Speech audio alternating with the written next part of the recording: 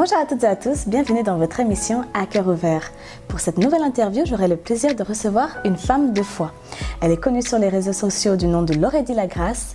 Elle sera parmi nous afin de nous parler d'une nouvelle structure qui aura pour but d'impacter la génération chrétienne. Ne bougez surtout pas et à tout de suite.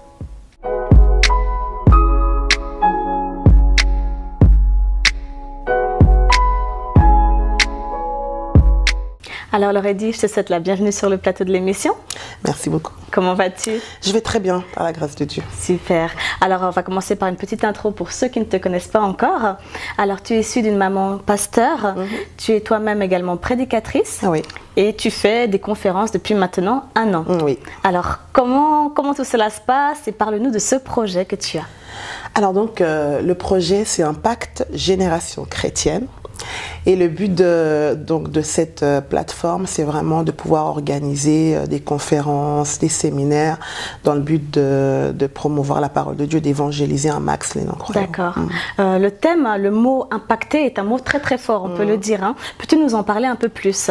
Alors, pourquoi ce mot Impact Génération Chrétienne? En fait, parce qu'on a vraiment envie d'influencer les non-croyants de cette génération, donc toutes les générations comprises, hein, du plus petit au plus grand. Voilà. On a besoin vraiment d'impacter, d'influencer la génération-ci pour en faire devenir des chrétiens finalement, parce que c'est la mission qu'on a d'aller faire de toutes les nations des disciples. D'accord. Donc, c'est un peu pourquoi on a choisi ce mot-là, enfin ces mots-là pour définir notre projet. D'accord. Et donc, tu es une équipe de combien de personnes? Combien y a-t-il de personnes? Alors, pour l'instant, on est à peu près 5 personnes. D'accord, voilà. Ok. Et chacun a son rôle bien défini? Exactement. D'accord. Où se dérouleront les événements alors à venir? Alors, on a vraiment le projet de le faire un peu dans toute la Suisse. Oui. Là, le prochain événement, ce sera le 22 juin. Et à Genève ici. D'accord, mais super. Vraiment, le but, c'est d'aller dans tous les cantons, hein, si c'est possible, pourquoi pas. Oui, parce que c'est vrai qu'on le voit beaucoup ailleurs, hein, on le voit dans d'autres grandes villes, Paris, et puis c'est vrai qu'il nous manque ça ici. Exactement. Et c'est vraiment ça qu'on veut apporter à la Suisse, de travailler vraiment en Suisse et avec les gens de la Suisse. Bon, il n'y aura pas que, effectivement, mais dans un premier temps, on veut vraiment toucher la Suisse. D'accord. Et sur les réseaux sociaux, tu utilises d'ailleurs beaucoup.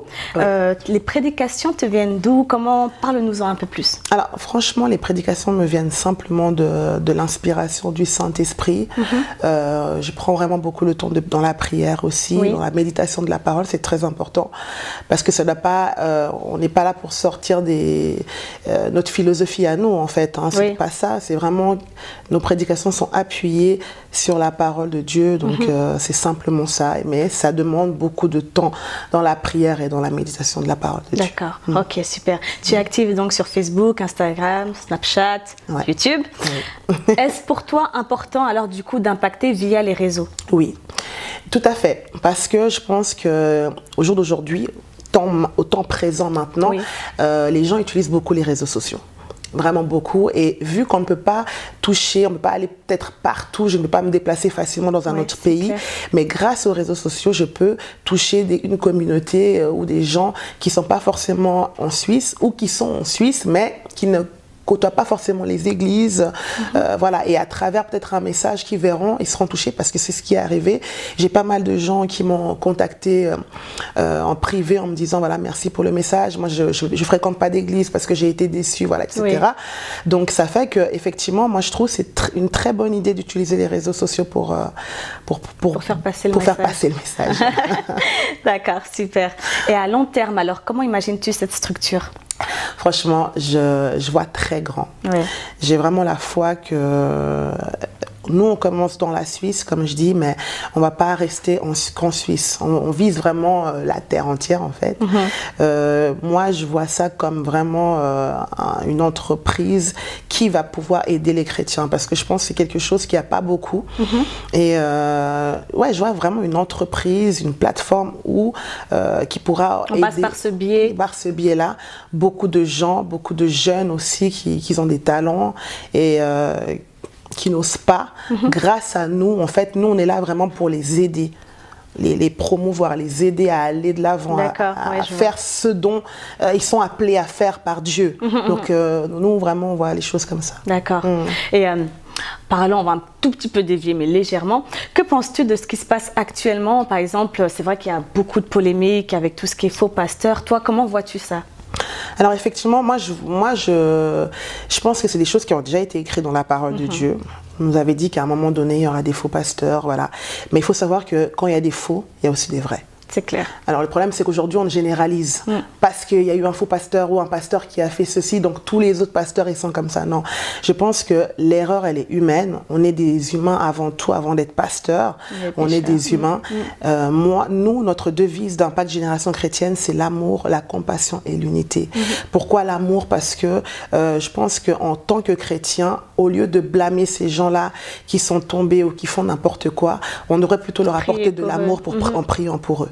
C'est ça. Nous, on voit les choses comme ça. On n'est pas dans le jugement, mais on est dans le... Voilà, on veut apporter cet amour-là qui consiste à prier les uns pour les autres, à se fortifier. La Bible dit que vous qui êtes forts, fortifier les faibles, aider les faibles. C'est ça qu'on veut faire et c'est ce qu'on veut amener comme message à travers Impact Génération Chrétienne. D'accord, super. Voilà. Et donc cet événement, alors qui aura lieu le 22 juin, comment ça va se dérouler? Donne-nous un petit aperçu, afin qu'on puisse y venir. Donc bon, ça va être une conférence classique où il y aura à peu près, pour l'instant, 3 orateurs. D'accord. Et des artistes de la Suisse qu'on a contactés. Donc ça va être un moment où on va passer un moment d'adoration, de louange, et puis après on va faire place au moment de la prédication. Ça sera toute la journée? Alors en tout cas, ça sera à partir de 17h30 jusqu'à à peu près 22h. D'accord, ok. Attention, on attend les flyers. Hein. Ils arrivent bientôt. Et comment ça se passe si quelqu'un veut te contacter? Alors justement, comme tu es conférencière, par quel biais il passe du coup? Alors par mes réseaux sociaux. Donc d'ailleurs, tu peux leur dire comme ça, ils sauront. Alors voilà, donc sur Facebook, Laurédie Lagrâce. Je suis sur Facebook. Instagram également, Laurédie Lagrâce aussi. Et puis Snapchat aussi, Lolo Lagrâce. Voilà, donc c'est plus Facebook et Instagram. Là où je suis beaucoup plus actif, plus Facebook et Instagram. D'accord.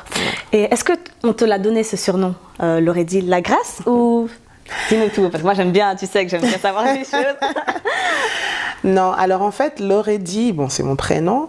Lagrâce parce que j'ai mon parcours en fait avec le Seigneur, ma vie chrétienne a été vraiment faite de haut et de bas. C'est-à-dire que il y a eu vraiment de temps de rétrograde. Moi, je le dis toujours, j'ai pas honte de le dire que j'ai connu beaucoup de haut et de bas, de rétrograde. Mon parcours n'était pas lisse. Hein. C'est pas le parcours le plus lisse. Non. Et je me suis rendu compte justement par rapport à mon parcours que si je suis encore là aujourd'hui, c'est par la grâce de Dieu. Donc et je remercie le Seigneur pour cette grâce parce que finalement je ne l'ai pas mérité, mais il me l'a donné quand même. Beaucoup de jeunes, beaucoup d'amis à moi, aujourd'hui, ils sont morts. Il y en a qui ne sont pas arrivés jusqu'à mon âge. D'autres ont vécu des situations difficiles et pourtant ils n'ont pas fait les choses que moi j'ai faites. Donc moi, je me dis tout ce que j'ai fait et Dieu m'a quand même pardonné, m'a quand même racheté. C'est juste sa grâce. Donc finalement, j'ai dit le mot le surnom qui va le mieux, qui englobe vraiment, c'est vraiment la grâce. Donc voilà pourquoi je me suis surnommée Laurédie Lagrâce. Super, ok, ça va très bien. Tu peux l'utiliser. Donc maintenant, on va passer aux petites questions à cœur ouvert. Donc on ne va pas rentrer trop dans l'indiscrétion, t'inquiète pas. Alors, moi j'ai une question à te poser. Si une personne venait te demander, être chrétienne, c'est quoi exactement? Par exemple, moi je sais que quand moi je l'explique, parce que je l'explique également, ça part dans des débats parce qu'ils ne comprennent pas. Ils vont te dire, mais non, toi tu es dans cette case-là, alors que non. Pour moi, ce n'est pas une religion, c'est quelque chose que... Comment toi tu l'expliquerais? Bon alors, chrétien, déjà ça vient du mot, en fait c'est des gens, c'est pas Jésus qui a donné ce mot. Hein. Dans la Bible, pourquoi on appelait les gens chrétiens? C'est parce qu'on les voyait comme Christ. Ils avaient le caractère de Christ, le comportement de Christ. Donc, du coup, on les a appelés les chrétiens. Donc, finalement, au jour d'aujourd'hui, un chrétien, c'est quelqu'un qui doit porter les caractères de Christ. Ça veut dire, qu'est-ce qu'on voit en Christ finalement quand on lit la Bible. On voit que c'était quelqu'un qui était rempli d'amour. Exactement. On voit que c'est quelqu'un qui était compatissant. Donc finalement, moi je dis, avant qu'on s'appelle réellement chrétien, est-ce qu'on est réellement chrétien? Chrétien, c'est comme Christ. C'est un mot très très fort. C'est un mot très fort qu'on ne peut pas, voilà, pas s'avancer à le porter comme ça finalement, parce que ça veut dire comme Christ. Et Christ, est-ce qu'on se retrouve comme lui? Donc c'est ça, un chrétien, c'est quelqu'un qui est né de nouveau, qui a reçu Jésus comme Seigneur et Sauveur dans sa vie et qui marche selon ses normes. D'accord, très bien. Bah, je pense que tu as très bien répondu à la question. En deuxième lieu, à partir de quel moment dans ta vie t'es-tu dit « Seigneur, je veux te suivre » Bon, à savoir que c'est vrai qu'il y a certaines personnes qui diront que c'est parce qu'elle est tombée très bas qu'elle a décidé de s'accrocher à lui. Je tenais à le dire, il ne faut pas attendre les moments les plus bas. Faites-le le plus tôt possible afin que votre vie soit vraiment meilleure, quoi. Si plus tôt vous l'avez, et mieux votre vie sera. N'attendez pas d'avoir des gros downs pour vous mettre en question. Exactement. Oui, alors moi je suis issue donc d'une famille chrétienne. Ma mère elle est pasteur. Alors malgré que ma mère elle était pasteur, je ne suis pas venue directement en Christ par rapport à ma mère. Je venais à l'église, je chantais à la chorale, mais je n'avais pas encore rencontré réellement Christ. C'est venu vraiment personnellement. Et malheureusement, dans mon cas, c'est aussi parce que j'étais à un moment donné très down, comme je vous ai dit. Comme je vous ai dit, j'ai eu des hauts et des bas. Et moi, j'ai toujours pensé, parce que mes parents sont divorcés, et j'ai beaucoup souffert de cette séparation-là. Alors moi, comme j'ai souffert de cette séparation-là, je pensais que j'avais besoin en fait de combler tout vide, le vide de mon père, voilà, par, comment dire, avec l'amour d'un homme, en fait, finalement. Et je pensais que c'est l'amour d'un homme qui pourrait vraiment c'était le mariage, ou voilà, être avec un homme, c'est ça qui ferait que, voilà, je serais c'est ce qu'on pense quand on n'a pas encore été touché. Voilà, exactement, c'est ce que je pensais. Mais en fait, le Seigneur m'a fait comprendre que c'est pas du tout ça. Parce que j'ai pu connaître des hommes, mais ils n'ont jamais pu combler le vide que j'avais. Jamais, jamais, jamais, mais je vous dis au grand jamais. Mais c'est le jour où je me suis laissée vraiment approcher par Dieu que j'ai compris qu'en fait, il n'y a que Dieu qui peut... Donc, j'ai essayé, je me suis dit, ok, bon, on m'a présenté un Dieu depuis toute ma vie, depuis mon enfance, mais aujourd'hui, je veux expérimenter ce Dieu-là. Et j'ai expérimenté, et c'est là où je l'ai reçu. Et j'avais à peu près... Donc, la première fois que j'ai reçu Jésus, c'était... Enfin, pourquoi je dis la première fois? Non. J'ai reçu vraiment mon appel à 15 ans. D'accord. Mais c'est pas, après ça, j'ai quand même eu des rechutes et tout et tout. Mais je me suis vraiment dit qu'à partir de maintenant, je dois servir Dieu correctement. C'était à partir à peu près, bon, je vais pas donner mon âge. N'entre pas trop dans les détails. Mais effectivement, c'était après ce temps-là de réflexion que j'ai pu comprendre que voilà, sans lui, je ne peux rien. D'accord, super. Ok, et en troisième et dernière question, après je te laisse tranquille. Si tu avais un don à demander à Dieu, lequel ce serait? Tu t'y attendais pas, celle-là. C'est la dernière.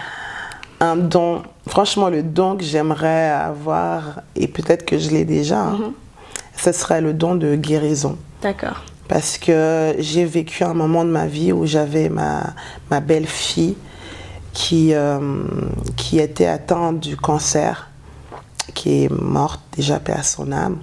Et quand j'ai vu tout le temps qu'elle a traversé avec cette maladie, ça me rongeait. Je me sentais tellement impuissante, j'avais tellement envie de pouvoir guérir cette petite qui ne méritait pas en fait d'être dans cet état-là. Et voilà, c'est vraiment un don que j'aimerais, parce que voir les gens malades, franchement, c'est juste horrible. J'ai eu ça, puis j'ai aussi un ami à moi aussi qui est mort du cancer. Voilà, donc si je pourrais avoir un don que je demanderais à Dieu, c'est ça, le don de guérison. D'accord, super, alors que Dieu te le donne, et voilà, c'est tout ce qu'on espère. Maintenant, on arrive gentiment à la fin, Loredie. As-tu un mot ou quelque chose de profond à dire aux téléspectateurs qui nous regarderont? Alors, tout ce que je pourrais dire, vraiment, j'aimerais vous inviter le 22 juin. Ça sera à Genève. Pour cette conférence qui sera vraiment, par la grâce de Dieu, grandiose. Mais j'aimerais aussi, voilà, pouvoir lancer un appel à toutes les personnes peut-être qui souffrent. Peut-être que tu es là, tu tu vis des moments très difficiles, tu passes des moments très difficiles dans ta vie, sache que sans Dieu, sans Christ, tu ne pourras pas être dans la paix. Je ne suis pas là pour lancer des slogans, c'est pas forcément un slogan, mais c'est une réalité en fait. Sans Christ, on peut rien. Donc, si tu n'as pas reçu encore Jésus-Christ comme Seigneur et Sauveur dans ta vie, je t'inviterai vraiment à le faire. Voilà, donc vraiment, sans Dieu, nous ne pouvons rien faire. Le monde a besoin aujourd'hui qu'on puisse de plus en plus parler de Christ. Donc voilà, je vous invite vraiment à pouvoir connaître cette personne-là, cet homme que j'aime et que j'ai connu, Jésus-Christ. Voilà, donc c'est tout ce que je pourrais dire. Que le Seigneur vous bénisse, vous tous qui suivrez cette émission. Amen, amen, amen.